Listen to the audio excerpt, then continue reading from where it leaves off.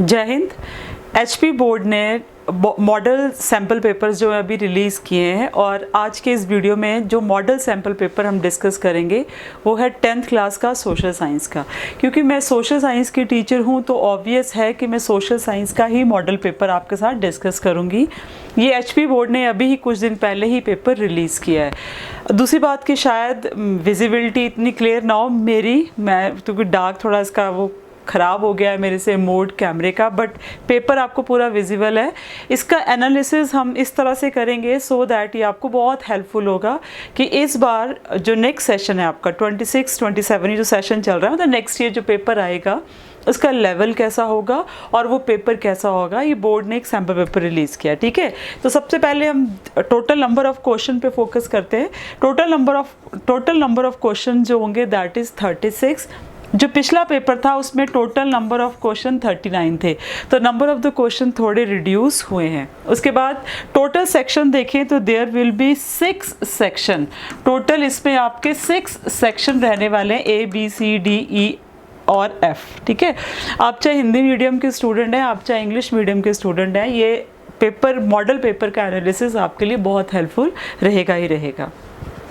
उसके बाद section A पे अगर फोकस करें तो क्वेश्चन नंबर 1 to 16 पहले भी ऐसा ही था। दीज आर द MCQs, ये आपके MCQs हैं। 1 मार्क ईच क्वेश्चन कैरी करेगा इसमें, और लेकिन टाइप ऑफ क्वेश्चन में थोड़ा डिफरेंस है, उसको हम आगे देखेंगे, ठीक है। उसके बाद सेक्शन बी में अगर हम देखते हैं तो सेक्शन बी, एक मिनट ज़रा मैं इसको थोड़ा जूम कर लूँ सो दैट आपको थोड़ी विजिबिलिटी इसकी ज़्यादा हो जाए, ठीक है। सेक्शन बी जो है that will B of 2 marks, तो 2 मार्क का रहेगा। उसमें total number of question will be 6 question होने वाले हैं, क्वेश्चन नंबर 17 से लेके क्वेश्चन नंबर 22 तक, और हर एक जो क्वेश्चन है वो सिर्फ 2 मार्क्स कैरी करेगा। उसके बाद सेक्शन सी जो है that is from question number 23 to question number 28। ये भी टोटल नंबर ऑफ क्वेश्चन 6 ही है, और हर एक क्वेश्चन जो मार्क्स कैरी करेगा दैट विल बी 3 मार्क्स। उसके बाद नेक्स्ट देखते हैं सेक्शन डी। जो सेक्शन डी है वो 29 से लेके 33 क्वेश्चन तक होने वाला है। Means total number of the question will be 5, और हर एक क्वेश्चन जो मार्क्स कैरी करेगा दैट विल बी 4 मार्क, मतलब 5 क्वेश्चंस होंगे और 4 मार्क्स उसमें टोटल होने वाले हैं। और सेक्शन सी एक न्यू इस बार जो इंट्रोड्यूस किया गया है that is the section E. वो केस स्टडी बेस क्वेश्चंस रहेंगे। टोटल नंबर ऑफ क्वेश्चन इसमें 2 ही होंगे और जो मार्क्स होगा वो 4 होगा, मीन्स 8 मार्क्स का ये सेक्शन होने वाला है। और लास्ट जो पार्ट है इसका सेक्शन एफ, उसमें आपको जैसे एज़ यूजुअल पिछले पेपर में भी था, हिस्ट्री के 3 मार्क्स के मैप होंगे, ज्योग्राफी के 3 मार्क्स के मैप होंगे, ठीक है। तो ये जनरल व्यू था, बट हम इस पेपर का पूरा एनालिसिस देखेंगे जो बोर्ड ने कैसे क्वेश्चंस डाले हैं और उनका लेवल क्या है। तो आपको एंड तक इस वीडियो में बने रहना है। अगर आप 10th क्लास के बोर्ड के स्टूडेंट हैं या तो पेरेंट हैं या आप जानना चाहते हैं कि बोर्ड ने क्या सैम्पल पेपर दिए हैं, ठीक है। तो क्वेश्चन वाइज क्वेश्चन में डिस्कस करेंगे कि बोर्ड ने वैसे एंड में बताया इन क्वेश्चन का लेवल कितना है, बट हम यहाँ क्वेश्चन वाइज क्वेश्चन डिस्कस करेंगे कि लेवल टफ है या मीडियम है या बहुत ईजी है। तो लेट्स सी सेक्शन ए, जिसमें आपके टोटल नंबर ऑफ क्वेश्चन 16 होंगे और हर एक क्वेश्चन जो है वो 1 मार्क्स मतलब 1 मार्क कैरी करेगा। अब यहाँ पे देखो इस क्वेश्चन का लेवल देखना, which of the following best describe the utopian version of the Frederic Sorrieu. अब ये लेसन नंबर 1, आपका जो लेसन नंबर 1 हिस्ट्री है उसकी इंट्रोडक्टरी पार्ट में से ये क्वेश्चन है, ठीक है। अब इनके आंसर्स तो नहीं मैं यहाँ पे अभी डिस्कस करने वाले हैं हम, वैसे इसका अगर आपको राइट आंसर देना है तो मैं आपको दे सकती हूँ, that is a B.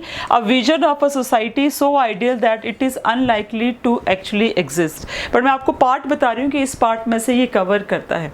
Question number 2 देखेंगे यहाँ पे, तो क्वेश्चन नंबर 2 है there is enough for every. Question number 2 means आपके क्वेश्चन नंबर 1 का पार्ट 2।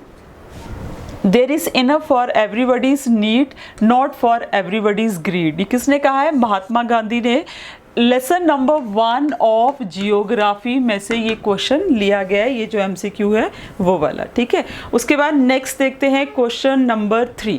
क्वेश्चन नंबर 3 है which sector includes the activities that generate services rather than the goods, और ये राइट आंसर है इसका टर्शरी। ये आपका इकोनॉमिक स्केल लेसन नंबर 2 में से क्वेश्चन लिया है, और इन क्वेश्चंस का अगर लेवल देखें तो लेवल इज़ वेरी इजी, बहुत कॉम्प्लिकेटेड लेवल इनका नहीं है, बहुत ईजी है, मॉडरेट भी नहीं है। क्वेश्चन नंबर 1 का जो मतलब 1 पार्ट था शायद थोड़ा वो फिर भी मॉडरेट मैं उसको बोल सकती हूँ, बाकी का लेवल जो है बहुत ईजी है। उसके बाद हम नेक्स्ट देखते हैं that is question number 4। Question number 4 है which is the safest action during the earthquake if you are endorse.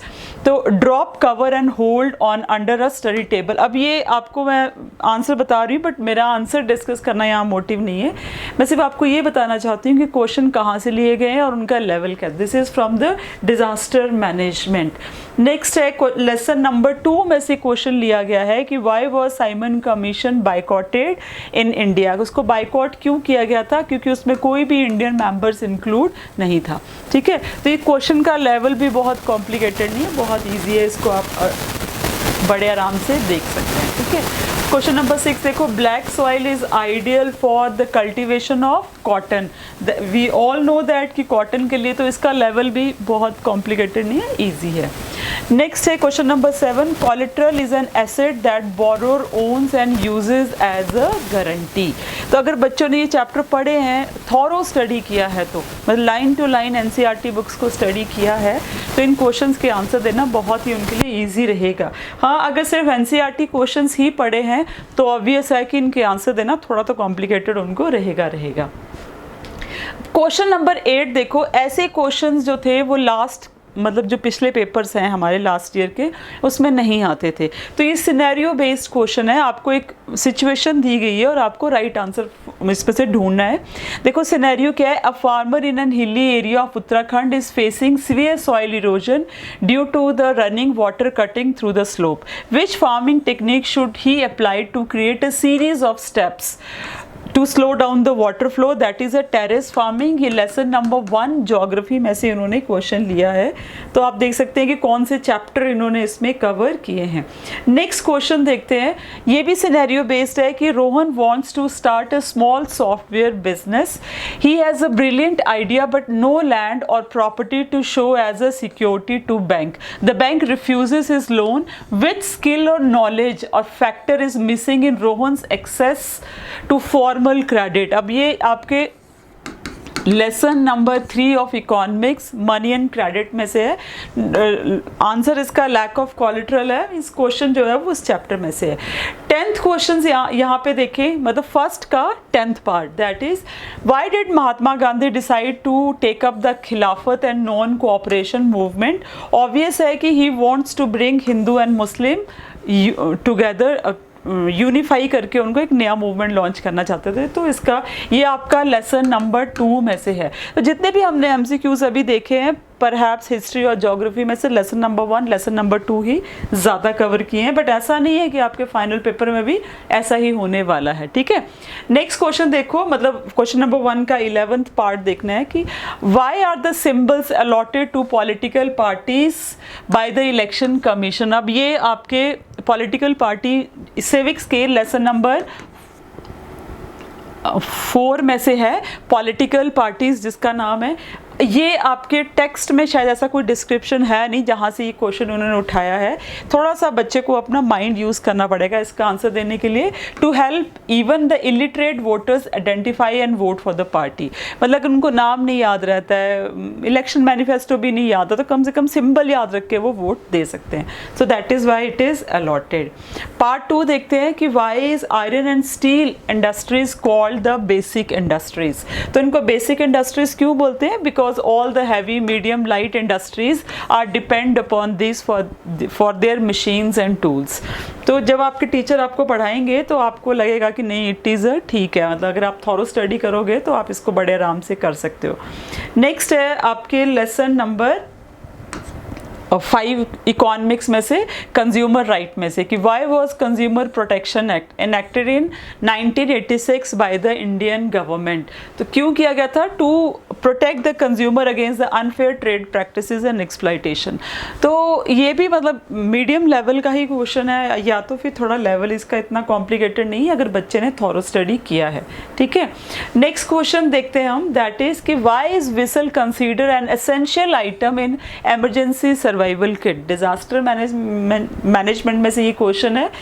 To signal for help as it sounds carries much further than the human voice requires and less energy. Means अगर हम आवाज़ देंगे तो उतनी दूर नहीं जाएगी, और विसल करेंगे तो हमें एनर्जी भी कम लगेगी। तो राइट आंसर जो है इसका ही है। ठीक है, अब 2 क्वेश्चन जो है यहाँ पे देखना, question number 16 and question number 15। ठीक है, ये जो 2 क्वेश्चन है आपके, I think it is visible. Okay, question number 15 and question number 16 देखना। Assertion and reason base social science में तो आते थे, मैथ्स में भी शायद आते होंगे एचपी बोर्ड में, बस सोशल साइंस में पहली बार एजर्शन एंड रीजन के क्वेश्चन ऐड हुए हैं। ये एक आपके लिए सैंपल है, ऐसा नहीं सोचना कि आपको पेपर का लेवल ऐसा ही रहेगा। जैसे यहाँ पे देखो, एजर्शन है deforestation increases the chances of landslides and reason है trees help bind the soil. अब दोनों ही करेक्ट हैं, तो both A and R are true, but R is not the correct explanation of A according to me. हो सकता है कि आप इसको ए भी आंसर करें, अगर टीचर्स होंगे कोई तो ठीक है, इसके बारे में डिस्कस हम कर लेंगे, but according to me B is the correct answer. Next question, match the following. Match the following भी नहीं आता था एचपी बोर्ड में सोशल साइंस में, तो इस बार उन्होंने मैच द फॉलोइंग भी इंट्रोड्यूस किया है। यहाँ पे जिसका राइट आंसर है दैट इज बी, बट जैसे देखो कैसे इन्होंने मैच द फॉलोइंग दिया है। सिल्क रूट जो है दैट इज व्हाट इज, इसमें से आपको देखना है तो एंशिएंट ट्रेड रूट, हिस्ट्री का क्वेश्चन है ये, लेसन नंबर 3 में से। इंडस्ट्रियल रेवोल्यूशन, इंडस्ट्रियलाइजेशन में से, ये भी हिस्ट्री में से ही है, तो industrial revolution for the mass production, भी कॉमन लोगों के लिए प्रोडक्शन करना। Great depression is a economic crisis, ये भी आपका मतलब मैच द फॉलोइंग जो है that is purely from history. ऐसा नहीं है कि इसमें जो है वो और भी बुक्स को इकट्ठा उन्होंने कोलैबोरेट किया, तो ऐसा नहीं किया है। एंड कोलोनाइजेशन का that is a raw material supply, means जैसे कि अब ब्रिटिशर्स यहाँ पे आए थे तो अपनी कंट्री में क्या लेके जाते थे, रॉ मटेरियल लेके जाते थे, तो इसका राइट ऑप्शन ऐसे। तो आपको इस बार के पेपर में एजर्शन, रीजन और match the following type question include हो सकते हैं, साथ में सिनेरियो बेस्ड क्वेश्चन भी एमसीक्यूज में आएंगे, उसको आपने ध्यान में रखना है। ठीक है, चलो नेक्स्ट देखते हैं 2 मार्क के क्वेश्चन बोर्ड ने कैसा सैंपल दिया है कि किस तरह के क्वेश्चंस होने वाले हैं 2 मार्क्स के क्वेश्चन। ठीक है, तो यहाँ पे देखो सबसे पहले, what is industrialization, what is biodiversity, why are political parties necessary, why are consumer right needed, why water conservation is necessary। तो ये सारे के सारे जो है वो इन टेक्स्ट क्वेश्चन हैं। मतलब ये इन टेक्स्ट बोलने का मतलब है कि आपके एनसीईआरटी के जो बैक में क्वेश्चन होते हैं उसमें से नहीं है। तो आपने याद रखना है कि 2 मार्क के जब आपको क्वेश्चन आएंगे तो इन टेक्स्ट में से आएंगे, आपको बीच में से हर एक इंपॉर्टेंट क्वेश्चन को पढ़ के जाना है। जबकि 22nd क्वेश्चन जो है यहाँ पे कि why did Mahatma Gandhi decided to withdraw the non cooperation movement in 1922, ये प्योरली एनसीईआरटी क्वेश्चन है, एनसीईआरटी एक्सरसाइज का ही क्वेश्चन है। तो बाकी आपके जितने भी क्वेश्चन है वो इन टेक्स्ट हैं। तो 2 मार्क के जब आप 2 मार्क के लिए पढ़ोगे ना तो आपको इन टेक्स्ट क्वेश्चन पढ़ने पड़ेंगे। नेक्स्ट देखो सेक्शन सी में, सेक्शन सी जो है that is of the 3 marks. अब यहाँ पे पहला ही क्वेश्चन जो है वो कैसे क्लैश कर रहा है, सैम्पल पेपर में ये 2 क्वेश्चन डाल रखे हैं। 2 मार्क का क्वेश्चन है कि why did Mahatma Gandhi decided to withdraw the non cooperation movement, और 3 मार्क का भी सेम ही क्वेश्चन है, why did Mahatma Gandhi decided to withdraw the non cooperation movement.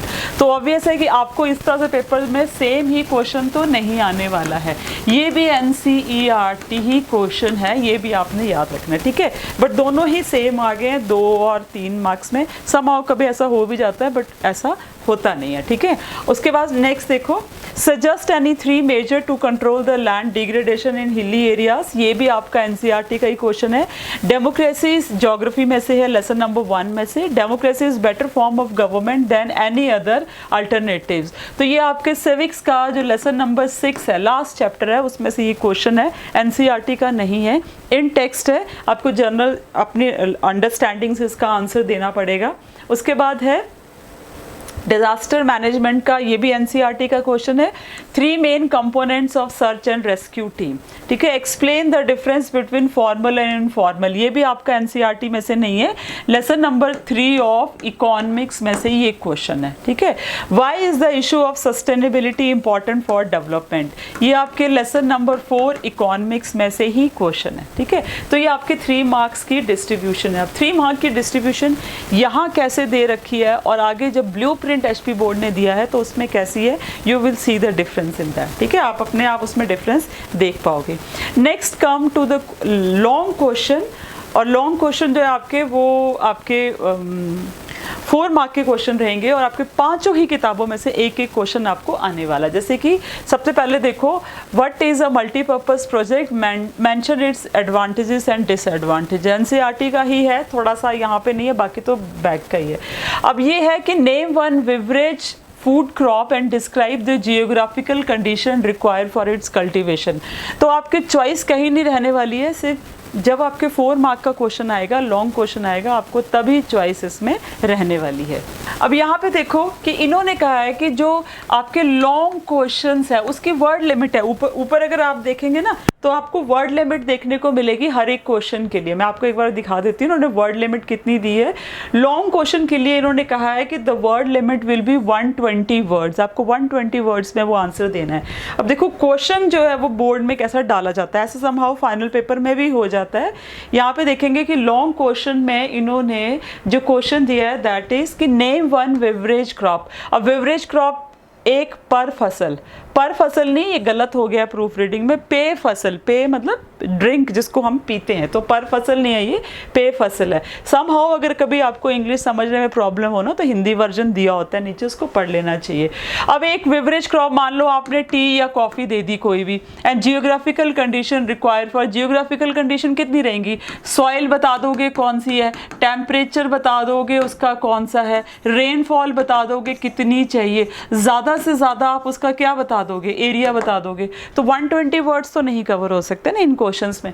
तो ज्योग्राफी में बड़े लॉन्ग क्वेश्चंस है, काफ़ी है चैप्टर, जैसे लास्ट चैप्टर है ट्रांसपोर्टेशन में से है, इंडस्ट्रीज में से है, तो ग्लोबल वो आपके एग्रीकल्चर में से है, वहाँ से भी आपको लॉन्ग क्वेश्चन आ सकते हैं। इतना शॉर्ट क्वेश्चन तो नहीं आएगा, ये तो 20 वर्ड्स या 30 वर्ड्स में ही कंप्लीट होने वाला क्वेश्चन है, ठीक है। ये ज्योग्राफी में से। नेक्स्ट देखो इकोनॉमिक्स में से, what do you understand by globalisation, explain in your own words, totally NCERT का क्वेश्चन है।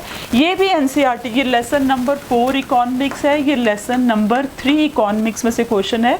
In risky situation credit can create the further problems for the borrower, explain, totally NCERT का ही question है। Discuss the role of political parties, civics का political parties वाला जो chapter lesson 4 उसमें से है। Mention the various aspect in life in which women in India are discriminated against और इन डिसएडवांटेज पोजीशन। तो ये आपके लेसन नंबर 3 में से है, ये लेसन नंबर 4 में से आपके क्वेश्चन है, ठीक है। और दोनों ही एनसीईआरटी के हैं, ये आपने ध्यान रखना है कि दोनों ही क्वेश्चन आपके किसके हैं, एनसीईआरटी के हैं, ठीक है। उसके बाद नेक्स्ट देखो हिस्ट्री में से क्वेश्चन आया है, analysis the impact of great depression, ये भी टोटली आपके लेसन नंबर 3 ऑफ हिस्ट्री में से एनसीईआरटी का क्वेश्चन है। First world created a new economic and political situation in India. अभी तक मैंने जितने क्वेश्चन रीड किए उसमें ये सबसे ही कॉम्प्लेक्स लेवल का क्वेश्चन था, क्योंकि इसमें आपको 2 चैप्टर्स को इंक्लूड करना पड़ेगा, या तो फिर आपको एक ही चैप्टर में से पहले फर्स्ट सेक्शन, दूसरे सेक्शन में जाना पड़ेगा, ठीक है ना। तो political situation after first world war, और यहाँ जस्ट मैं आपको बता रही हूँ, याद रखना फर्स्ट वर्ल्ड वॉर जब 1918 में ख़त्म हो गई थी, उसके बाद गांधी जी ने नॉन कोऑपरेशन मूवमेंट शुरू किया, ठीक है। तो उसके बारे में आपको बताना है कि हाँ यूनाइट कर पाए गांधी जी। फिर रॉयल टैक्ट के बारे में आप यहाँ पे बता सकते हो।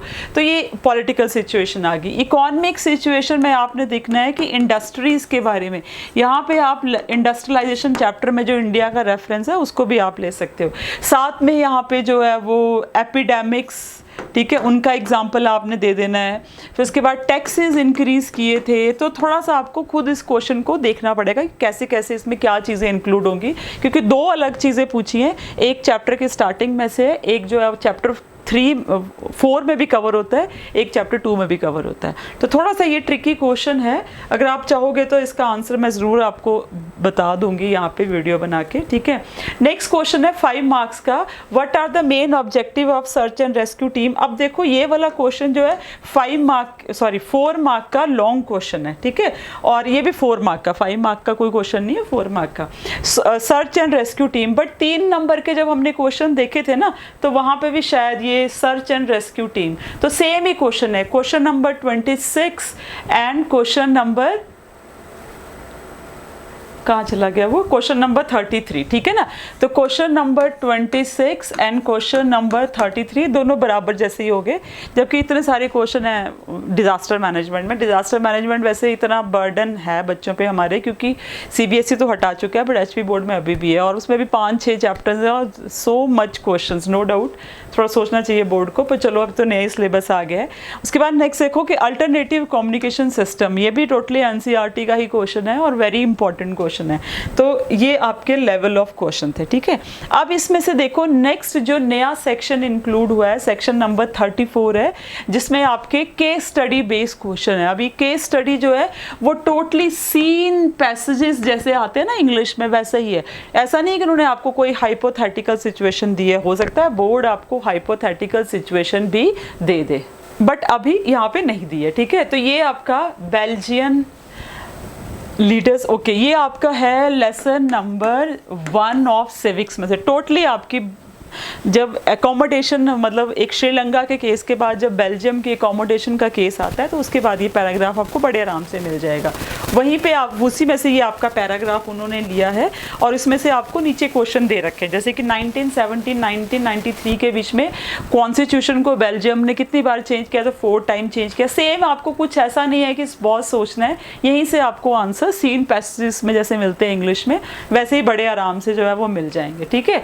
फिर unique feature of the community government, अब जैसे मैं आपको बता देती हूँ, यहाँ पे हमने आंसर डिस्कस नहीं करना है, पर जैसे यूनिक फीचर दे रखा है कि this government has a power regarding the culture, educational and language related issues. तो ये यहीं पे बता दिया है, मतलब ऐसा नहीं है कि आपको कुछ ऐसा हाइपोथेटिकल दिया है, या आपको ऐसा नहीं है कुछ कि आपको कुछ ऐसा सोचना है, या आपको सिचुएशन हाइपोथेटिकल सिचुएशन क्रिएट की है, ऐसा कुछ नहीं है, ठीक है।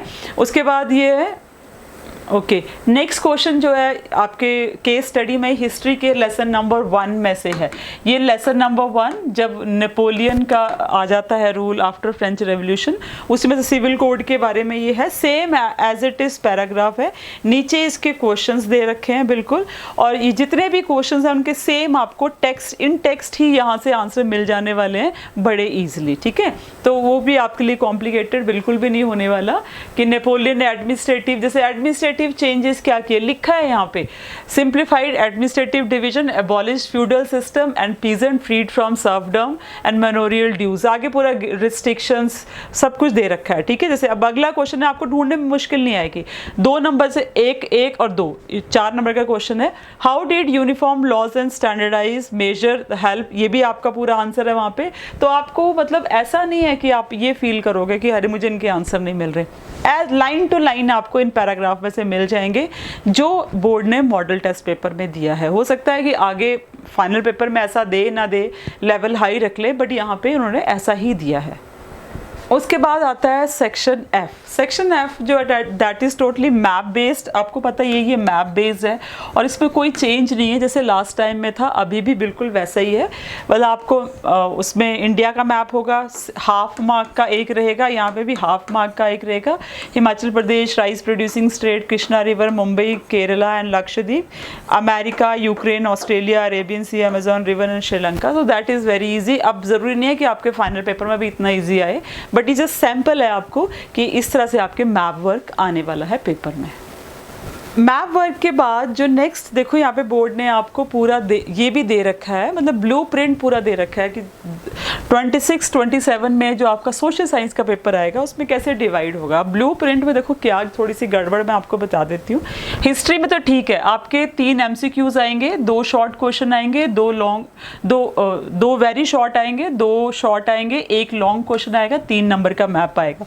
ऐसे ही हमने पेपर में देखा। अगर सिविक्स को देखें तो सिविक्स में से आपके 3 MCQs आएंगे, 2 मार्क के 2 शॉर्ट क्वेश्चन आएंगे, 1 मार्क का मतलब वेरी शॉर्ट आएगा, 1 मार्क का शॉर्ट आएगा, 1 क्वेश्चन जो है वो आपके 3 मार्क का मतलब शॉर्ट रहेगा, और लॉन्ग क्वेश्चन जो है वो 1 आएगा 4 नंबर का। ये भी बढ़िया है।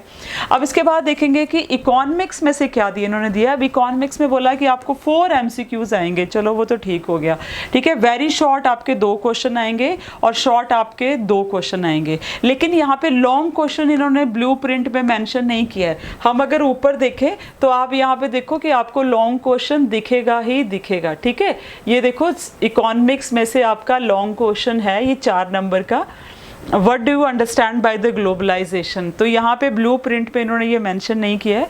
आपके पास जब ब्लू प्रिंट आएगा तो आप इसको मेंशन कर लेना, ठीक है। और उसमें से आपकी ज्योग्राफी में से भी आपके 3 MCQs आएंगे, 2 वेरी शॉर्ट आएंगे, 2 शॉर्ट आएंगे, 1 लॉन्ग आएगा, 3 मार्क्स का मैप का आपका आने वाला है, ठीक है। और डिजास्टर मैनेजमेंट में भी 3 MCQs है, आपके 3 शॉर्ट क्वेश्चंस आएंगे इसमें से, मतलब वेरी शॉर्ट, और 1 जो है वो शॉर्ट आएगा। बट यहाँ पे भी आपका लॉन्ग क्वेश्चन हमने पीछे देखा तो ब्लू प्रिंट में ये भी मेंशन नहीं है कि यहाँ पे भी एक लॉन्ग क्वेश्चन आना ही आना है। तो 2 यहाँ पे आपने चेंजेस करने हैं। इकोनॉमिक्स में भी लॉन्ग क्वेश्चन ऐड करना है, यहाँ पे भी लॉन्ग क्वेश्चन ऐड करना है। अभी अगर यहाँ पे लॉन्ग क्वेश्चन ऐड होगा तो ऑब्वियस है कि 4 मार्क्स तो आपके यहाँ पे ऐड होंगे, तो कहीं ना कहीं से तो कटेंगे। तो ब्लू प्रिंट में कुछ तो गड़बड़ है यहाँ पे, मतलब थोड़े तो उन्होंने मार्क्स डिवीजन में कुछ तो गड़बड़ कर रखी है, उसको देखना पड़ेगा, ठीक है। तो ये आपका बाकी है कि कैसे आपके इसमें मार्क्स डिवीजन रहेगा। मार्क्स डिवीजन मैंने आपको बोल दिया, आप यहीं से देखेंगे। थोड़ा सा आपको बस इकोनॉमिक्स में लॉन्ग क्वेश्चन ऐड करना है क्योंकि सैम्पल पेपर में है, और डिजास्टर मैनेजमेंट में भी एक लॉन्ग क्वेश्चन ऐड करना है जो यहाँ पे नहीं हुआ है, ठीक है। अब ये है इसका पेपर का फॉर्मेट, मतलब कैसा आपका इसमें क्या टाइप के क्वेश्चन है। नॉलेज बेस 12.5% है, अंडरस्टैंडिंग बेस 33.75% है, एप्लीकेशन बेस 23.75% है, एनालिटिक बेस 18.75% है, इवेल्युएशन बेस 3.75% है, क्रिएटिव 7.5% है।